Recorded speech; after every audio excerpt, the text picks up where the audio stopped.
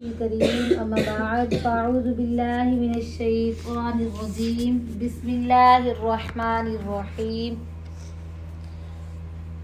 آج حضور نبی کریم صلی اللہ علیہ وآلہ وسلم نے ارشاد فرمایا، اے میرے صحابہ، جب میں ممبر پر بیٹھ گیا، ممبر پہ جانے کے لیے 3 سیڑھیاں ہوتی ہیں نا، پہلی، دوسری، تیسری پر پاؤں رکھ کے ہی ساتھ بیٹھ جاتے ہیں۔ دیکھو اگر مسجد میں ممبر ایسے بنے ہوئے ہیں جہاں پہ امام صاحب بیٹھ کے خطبہ دیتے ہیں نا، جمعے کی نماز کا، اور ویسے بھی خطاب وغیرہ کریں تو پھر وہ ممبر پہ جا کے بیٹھتے ہیں، ایسے ہی ہے نا جی۔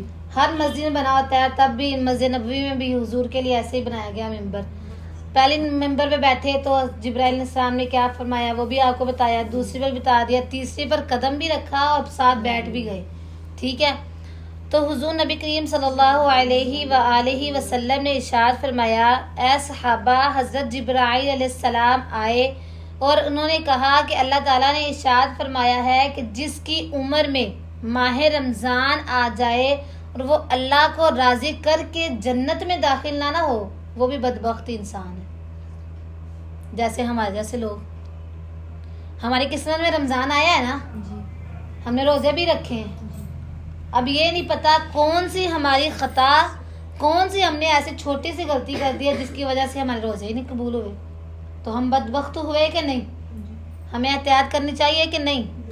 تو حضور نے فرمایا کہ وہ شخص جس کی عمر میں ماہ رمضان تو آیا ہے، اللہ کو راضی بھی کر رہا ہے، جیسے نماز پڑھی ہے ہم نے، دعا ہم نے سارا کچھ کیا ہے نا، لیکن اللہ کو راضی کر رہا ہے، لیکن پھر بھی وہ بدبخت انسان ہے، وہ جنت میں داخل نہیں ہو سکتا۔ تو وہ کون ہے؟ کیا عمل کرتے ہیں جس کی وجہ سے ہمیں بدبختی کا لقب ملا؟ تو حضور نبی کریم صلی اللہ علیہ وآلہ وسلم نے فرمایا کہ رمضان میں شیطان کو قید کر لیا جاتا ہے، یہ سنا ہے نا ہم نے، شیطان کو قید کر لیا جاتا ہے، لیکن پھر بھی لوگ ایسے ہیں جو روزہ نہیں رکھتے، جو نماز نہیں پڑھتے۔ عام روٹین میں تو ہم یہ کہتے ہیں نا، ہمیں شیطان نے بہکا دیا ہوگا، ہم نے عشاء کی نماز نہیں پڑھی، جیسے میں نے عشاء کی نماز چھوڑ دی، کیوں؟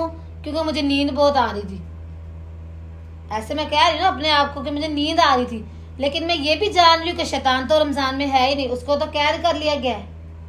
تو پھر کیونکہ ہمارا خود کا نفس جو اندر کا تھا نا، وہ ہم نے ابھی تک اس کو ختم نہیں کیا، وہ شیطان خود بنا ہوا ہے، ہم نے شیطان پہ کیا جانا ہے؟ فرشتوں نے اللہ تعالیٰ سے فرمایا کہ اے اللہ عز و جل، انسان کو پیدا نہ کر، ہم ہیں نا آپ کی حمد کرنے کے لیے، تسبیحاں کرنے کے لیے، آپ کی تعریف بیان کرنے کے لیے، آپ انسان کو پیدا نہ کریں، وہ تو زمین میں جا کر فساد کھڑے کریں گے، لڑائیاں کریں گے، جھگڑے کریں گے، ایک دوسرے کی بات ادھر کی ادھر کریں گے۔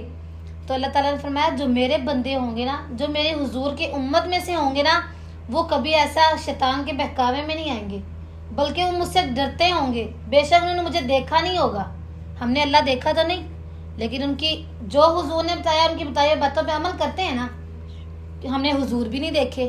اور ہمارا عقیدہ ہے کہ ہم روز محشر، عام روٹین جو اللہ کے نیک بندے ہیں نا، ان کو حضور کا دیدار ہو جاتا ہے، جو زیادہ درود پاک پڑھنے والے ہیں، اللہ پاک ہمیں بھی ان میں شامل کرے، ان کو حضور کا دیدار ہو جاتا ہے۔ اور اللہ عز و جل کا ہمارا عقیدہ ہے کہ روز محشر اللہ ہمیں دیدار کروائے گا، کن لوگوں کو؟ جو اچھے اعمال کرتے ہوں گے۔ تو بدبخت کن لوگوں کو کہا گیا کہ رمضان میں شیطان کو قید کر لیا جاتا ہے، اسی لیے قرآن پاک کی ہم تلاوت بھی کرتے ہیں، نوافل بھی پڑھتے ہیں، سجدہ بھی کرتے ہیں، دعائیں بھی مانگتے ہیں، لیکن کیا نہیں کرتے؟ کیا کام کرتے ہیں جس کی وجہ سے یہ چیزیں قبول نہیں ہوتی؟ وہ ہے جھوٹ، چوری، غیبت، بہتان۔ کیسے؟ میں یا میرے سامنے بات کریں، ٹھیک ہے، یا میں بات کروں گی آپ کی، میں اس کے منہ پہ بات کروں گی، وہ کیا غیبت نہیں ہوگی؟ اگر میں نے اس کی بات باجی سے پیٹھ پیچھے، استاد کی بات ہو رہا ہے کہ میں باجی سے کہوں گی یہ لڑکی نہیں پڑھی، غیبت نہیں ہے، کیونکہ باجی کہیں گی ایسا کریں، استاد کے پاس 100 طریقے ہیں پڑھانے کے۔ غیبت کیا ہے؟ ایک لڑکی بات، ہماری بات کر رہی ہے نا، ہمارے منہ پہ بات کرے گی، وہ غیبت نہیں ہے، ہماری پیٹھ پیچھے ہماری برائی کرے گی، وہ غیبت ہے، ٹھیک ہے۔ رمضان میں روزے تو رکھتے ہیں لیکن غیبتیں نہیں چھوڑتے، جھوٹ نہیں چھوڑتے، اب کسی نے پوچھا ایسا کام کیا ہے تو جھوٹ بول دیں گے کیا ہے، جبکہ وہ کام ہی نہیں کیا ہوگا وہ بھی جھوٹ. تو یہ نہیں سوچتے کہ روزہ رکھا ہوا جھوٹ نہیں بولنا. ٹھیک ہے، ہم ہر کام کرتے ہیں، نوافل پڑھتے ہیں، سجدہ کرتے ہیں، دعائیں مانگتے ہیں، صدقہ خیرات بھی کرتے ہیں، لیکن اپنے ظرف کو مارتے نہیں ہیں، اپنے اندر انا کو ختم نہیں کر رہے. تو اس کو ختم کریں گے تو ہمارے روزے قبول ہوں گے. پھر حضور نبی کریم صلی اللہ علیہ وآلہ وسلم نے فرمایا اس سے اللہ بھی راضی ہو جائے گا، اس کے لیے جنت بھی داخل کر دے گا. اب اس کا مطلب کیا ہے کہ تم اپنے ظرف کو اور باطن کو صاف کر لو، لعلکم تتقون، تاکہ تم پرہیزگار بنو. اس کا مطلب یہ ہے کہ تم اپنے ظاہر کو جو ہم دکھا رہے ہیں دنیا کو، اور اپنے باطن یعنی اندر والی چیز جو کسی کو نظر نہیں آ رہی. ہم اپنے آپ کی صفائی کرتے ہیں نا جب غسل کرتے ہیں، کسی کو پتہ تو نہیں ہے، اپنے لیے کرتے ہیں، کیونکہ ہم نے پڑھا ہے حدیث میں کہ صفائی نصف ایمان ہے، ایمان کا حصہ ہے نا. ہم کرتے ہیں، ہم منہ پہ کچھ لگاتے ہیں، کیوں؟ ہم خود خوبصورت لگیں، ایسا ہے نا. تو کیوں نہ اندر کی خوبصورتی کو بھی ظاہر کرے. اندر کی خوبصورتی خود بخود ہی ظاہر ہوگی جب انسان خوش ہوگا، دعائیں مانگتا ہوگا، ذکر اذکار کرتا ہوگا، پھر زبان خود بخود ہی اچھے لفظ نکالنا شروع ہو جائے گی. اور اگر برے ہوں گے نا تو اندر سے خود بخود ہی برائی نکلنا شروع ہو جاتی ہے، گالی نکلے گی، غیبت کریں گے، دل کرے گا ادھر کی بات ادھر کرے، کسی کے منہ پہ کچھ ہے اور دوسروں کے منہ پہ کچھ بن جائیں گے. اور اچھے بن رہے ہیں، وہ کہے گی کتنی اچھی ہے یہ میری باتیں بتاتی ہے، اور وہ دوسری کہے گی یہ کتنی اچھی ہے یہ مجھے بتاتے ہیں، اور یہ نہیں پتا کہ وہ بھی فساد. ٹھیک ہے، اس چیز سے بچنا ہے. پھر کیا ہوگا کہ اللہ تعالیٰ نے فرمایا کہ پہلے اپنے نفس کے اندر سے شیطان کو ختم کرو.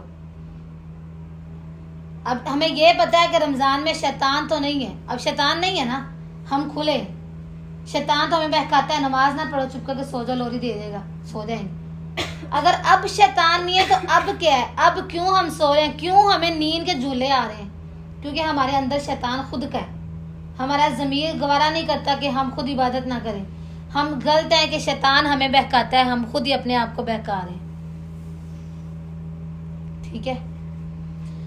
پھر حضور نبی کریم صلی اللہ علیہ وآلہ وسلم نے فرمایا کہ اگر آخری کی تیاری کرنا چاہتے ہو نا، روز محشر میں اچھا بننا چاہتے ہو، تو 4 چیزوں کو چھوڑ دو. دھوکہ نہ دیا کرو کسی کو، غیبت نہ کیا کرو، چوری نہ کیا کرو، اور جھوٹ نہ بولا کرو. اب اس پر میں آپ کو ایک حدیث بتاتی ہوں.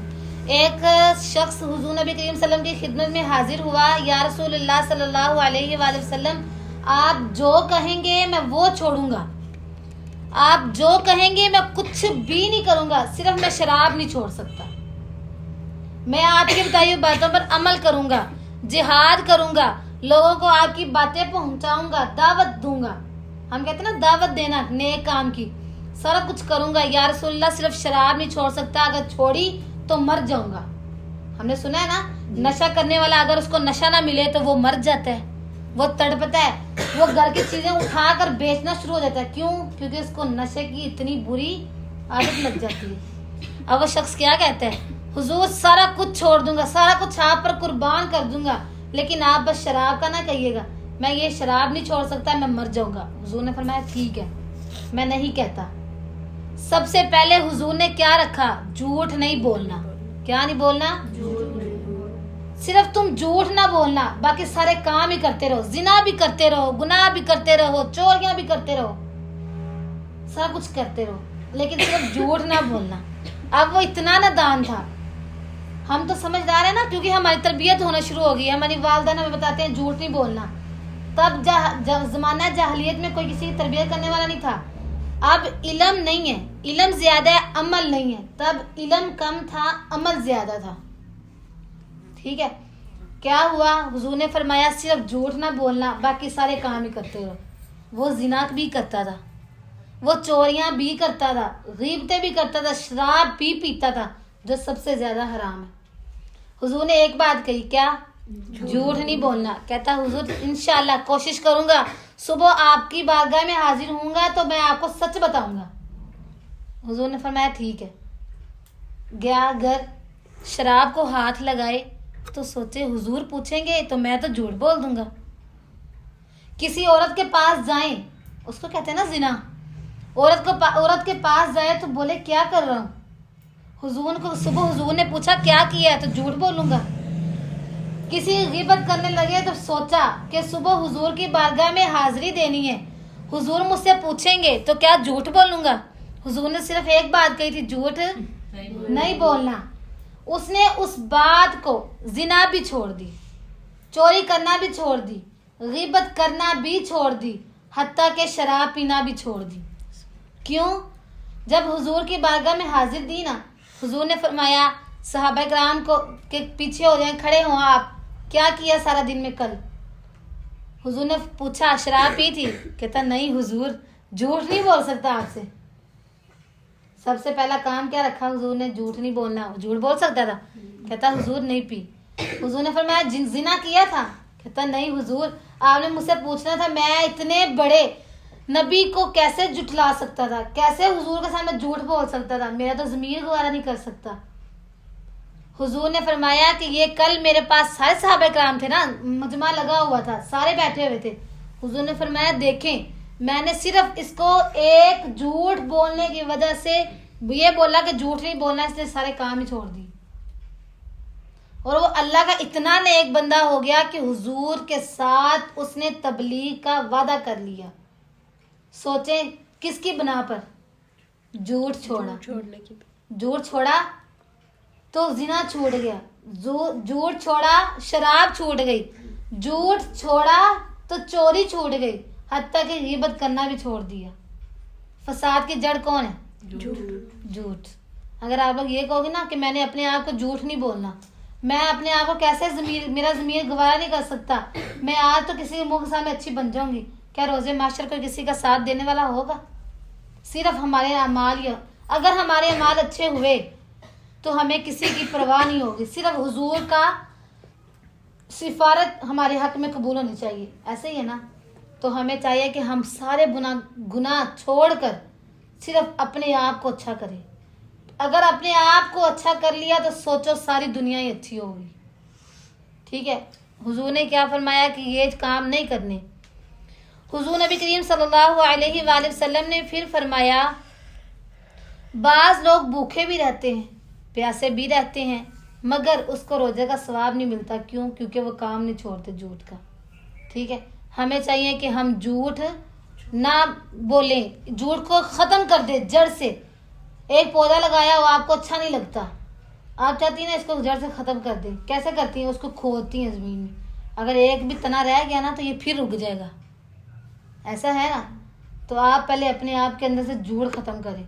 جھوٹ کی جو تنہ ہے اس کو ختم کریں گی تو ہر چیز خود بخود ہی اچھے تنے نکلنا شروع ہو جائیں گی. اسی طرح ہر چیز کا روزہ ہوتا ہے. میں نے آپ کو پہلے بھی بتایا, حضور نبی کریم صلی اللہ علیہ وسلم نے فرمایا کہ ضروری نہیں ہے بس پیاس اور بھوک ہی چھوڑ دی. جسم کا بھی روزہ ہے, کان کا بھی روزہ ہے, آنکھوں کا بھی روزہ ہے, منہ کا بھی روزہ ہے, حتیٰ کہ زبان کا بھی. اور پھر حضور نے فرمایا کہ ہاتھوں اور پاؤں کا بھی روزہ ہے. اگر ہم زبان کا روزہ رکھنا چاہتے ہیں تو اس سے جھوٹ نہیں بولیں گے. اگر ہم آنکھوں کا روزہ چاہتے ہیں کہ اچھا گزرے تو ہم کسی غیر محرم کو نہ دیکھیں. ٹھیک ہے, اگر ہم کانوں کا روزہ چاہتے ہیں تو ہم سونگ وغیرہ کچھ بری باتیں نہ سنیں. اگر تم لوگ کا دل چاہ رہا ہے نا کچھ سننے کو تو قرآن پاک کی تلاوت سنیں, نعت شریف سن لیں, یہاں تک کہ حمد باری تعالیٰ سن لیں. اور اگر ہاتھوں کا روزہ چاہتے ہو تو کیا کرو, ہاتھوں سے کیا کرتے ہیں ہم, چوری, اس کو چھوڑ دو. اگر پاؤں کا روزہ چاہتے ہو تو بری محفلوں پہ جانا بند کر دو, نیک راہوں کی طرف جانا شروع کر دو. یہ ہے ہمارے جسم کا روزہ. ٹھیک ہے, ایک شخص نے, ہم جیسے گناہ گار تھا وہ بھی, اس نے کیا کیا کہ پورا سال نہ نمازیں پڑھتا, نہ روزے رکھتا, نہ قرآن پاک کی تلاوت کرتا, نہ اللہ رب العزت کی تعریف میں بیان کرتا, کچھ بھی نہیں کرتا.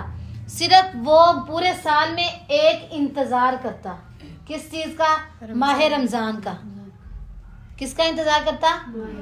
ماہ رمضان کی رات روزے کی ایک دن پہلے چاند نظر آ جاتا، اس نے قضائے نماز جو پورے سال کی چھوڑی تھی نا وہ پڑھنا شروع کر دی، اور پورا ماہ رمضان المبارک کا پورا ماہ پورے سال کی نمازوں کو قضائی دے دی اور روزے رکھے، اور صرف اللہ کو یاد کیا، اللہ سے دعائیں کی، التجائیں کی۔ لوگوں نے دیکھا یہ کیا بات، ہم انگلی اٹھاتے ہیں نا، پورا سال تم کبھی نمازیں نہیں پڑھی اور رمضان میں تم نے کبھی نماز نہیں چھوڑی، کہہ دیتے ہیں نا کسی کو، اپنے بہن بھائی کو کہہ دیتے ہیں۔ اب لوگوں نے اعتراض کیا پورا سال تم نمازیں نہیں پڑھتے، پورا سال تم نے کبھی ہم نے تمہیں مسجد میں جاتے نہیں دیکھا، اللہ کی رب العزت کی تعریف نہیں کی، تم جھوٹ بولتے ہو، غیبتیں کرتے ہو، تو تم یہ اب تم نمازیں قضا کر رہے ہو۔ وہ شخص نا رمضان گزر گیا، فوت ہو گیا، جو یہ کام کرتا تھا نا، پورا سال عبادت نہیں کرتا، صرف رمضان میں عبادت کرتا، پورے سال کی نمازوں کی قضائی دیتا، وہ شخص فوت ہو گیا۔ اب جس نے اس کو بات کی تھی نا، اس کے خواب میں وہ آیا، شخص آیا اور دیکھتا ہے کہ وہ جنت میں حوروں کے ساتھ محل میں بیٹھا اپنی خدمتیں کروا رہا ہے۔ پوچھتا ہے تمہارا کون سا اعمال ہے، تمہیں کس کی وجہ، تم تو روزے بھی نہیں رکھتے تھے، تم تو عبادتیں بھی نہیں کرتے تھے، صرف 1 مہینہ عبادت کرتے تھے، تمہیں کون سا اعمال اللہ کو پسند آ گیا؟ کہتا میں دکھلاوا تو نہیں کرتا تھا، میں دکھا کے نمازیں تو نہیں پڑھتا تھا، وہ میرا رسول اور اس کا اللہ ہی جانتا تھا کہ میرے اندر کیا تھا۔ میں نمازیں نہیں پڑھتا تھا لیکن میں نمازوں کی قضائی تو دی تھی نا، میں نے روزے تو اپنے لیے رکھے تھے نا اور اپنی اللہ کی رضا کے لیے رکھے تھے نا۔ مجھے روزوں کی بدولت اللہ تعالیٰ نے جنت فردوس میں عرش بھی، جنت فردوس میں جگہ بھی دی، حوریں بھی دی اور تخت الہی پر بھی بٹھا دیا۔ صرف کس کی بدولت؟ روزے کی بدولت، کیونکہ نہ تو وہ غیبتیں کرتا تھا، نہ وہ جھوٹ بولتا تھا، نہ وہ دنیا کی باتوں کو جانتا تھا، صرف 1 مہینہ۔ اور ہم تو اللہ کا شکر ہے، چلے زیادہ نہیں، 5 نمازیں نہیں، کبھی تو ہمیں ہماری والدین کہتے ہیں نا نماز اٹھ کے پڑھ لو، نمازیں تو پڑھتے ہیں نا، دعائیں بھی کرتے ہیں۔ اور ایسا ہوتا ہے کہ ہم تو سال بعد کیا، ویسے بھی ہم اگر 10واں محرم ہے تو روزہ رکھ لیتے ہیں، اگر 27ویں ہے تو روزہ پھر بھی رکھ لیں گے، دوسری بات شب برات شب معراج کا بھی ہم عبادت کرتے، روزہ بھی رکھ لیتے ہیں، ہم تو ہیں نا۔ تو سوچیں ہم حضور کی امت میں سے ہیں، کیا اللہ پاک نے ہماری دعائیں قبول نہیں کرتا ہوگا؟ کیا ہمیں نہیں بخش دے گا؟ ہم تو بڑے خوش نصیب ہیں کہ حضور کی امت میں سے پیدا ہوئے ہیں، ورنہ ہر کوئی یہ کہتا ہے کہ کافر لوگ، اب اتنا بڑا جو ہمارے اوپر وبا آئی کرونا وائرس کی، اب لوگ کتنے لوگ مسلمان ہوئے ہیں، سننے میں آتا ہے نا، کون کون جو لوگ کبھی اسلام کو پہچانتے نہیں تھے، وہ صرف ایک بیماری کے لیے اللہ کی طرف آ گئے، رسول کی طرف آ گئے، قرآن پاک پڑھنا شروع ہو گئے، نمازیں، حتیٰ کہ اب روزے بھی رکھنے ہیں، اور ہم نے یہ بھی دیکھا ہے کہ وہ عمرے پہ اور حج پہ بھی جا رہے ہیں، ایسا ہے نا۔ تو ہم تو خوش نصیب ہے کہ اللہ تعالیٰ نے ہمیں حضور کے آخری نبی الزمان کی امت میں سے پیدا کیا ہے، ایسا ہی ہے نا۔ تو اللہ تعالیٰ کا شکر ادا کرنا چاہیے۔ یہ تھی تیسری سیڑھی، یعنی حضور نے فرمایا کہ تیسری مرتبہ مجھے حضرت جبرائیل علیہ السلام نے یہ عرض کی کہ یا رسول اللہ صلی اللہ علیہ وسلم، جو روزہ تو رکھتے ہیں مگر اپنے ضمیر کو ختم نہیں کرتے، جھوٹ بولتے ہیں، غیبت کرتے ہیں، چوری کرتے ہیں، بہتان لگاتے ہیں، ان کا روزہ اللہ رب العزت قبول نہیں کرتا۔ تو اللہ تعالیٰ سے دعا ہے کہ اللہ ہمیں اس گناہوں میں بچنے کی توفیق عطا فرمائے، ہمیں جھوٹ سے محفوظ رکھے، ہمارا جھوٹ کسی کام کا نہیں ہے۔ آج دنیا میں تو جھوٹ بول رہے ہیں، آج دنیا میں تو ہمیں ایک دوسرے کو پردہ پوشی نہیں نہ کرتے، تو سوچو روز محشر اللہ رب العزت ہمارا کیسا پردہ پوشی کرے گا۔ اگر آج ہم دنیا میں کسی پردہ پوشی کریں گے تو اللہ رب العزت بھی اس کی بدولت ہمیں پردہ پوشی کرے، ہمارے کروائے گا۔ اور اللہ سے دعا ہے کہ اللہ تعالی رب العزت جو ہم نے سنا اور جو ہم نے پڑھا اس پر عمل کرنے کی توفیق عطا فرمائے۔ ثواب تب ملے گا جب اس پر عمل کریں گے۔ ہمارا مقصد ہے آپ لوگوں کو بتا دینا، آپ لوگوں کا مقصد یہ نہیں ہے صرف سن لینا، ایک کان سے سنا دوسری کان سے نکال دیا، بلکہ اس پر عمل بھی کرنا ہے۔ اور میں یہ کہتی ہوں ضروری نہیں ہر بات پہ ایک دفعہ ہی عمل کرنا شروع کر دیں۔ پہلا عمل نمازیں، اسلام کے 5 رکن ہیں نا، کون کون سے؟ نماز، کلمہ، نماز، روزہ، زکوٰۃ، حج، ٹھیک ہے۔ کوئی ایک رکن تو ہمارے ساتھ اچھا کر لیں اپنا. اگر ہماری نماز اچھی ہوگی تو خود بخود ہی سارے کام. اگر ہم نے آج عہد کر لیں یہاں سے اٹھنے سے پہلے آپ لوگ اپنے آپ کو یہ کہیں کہ میں نے آج کے بعد انشاءاللہ عز و جل کبھی جھوٹ نہیں بولنا, تو ہر کام غلط خود بخود ہی چھوڑ جائے.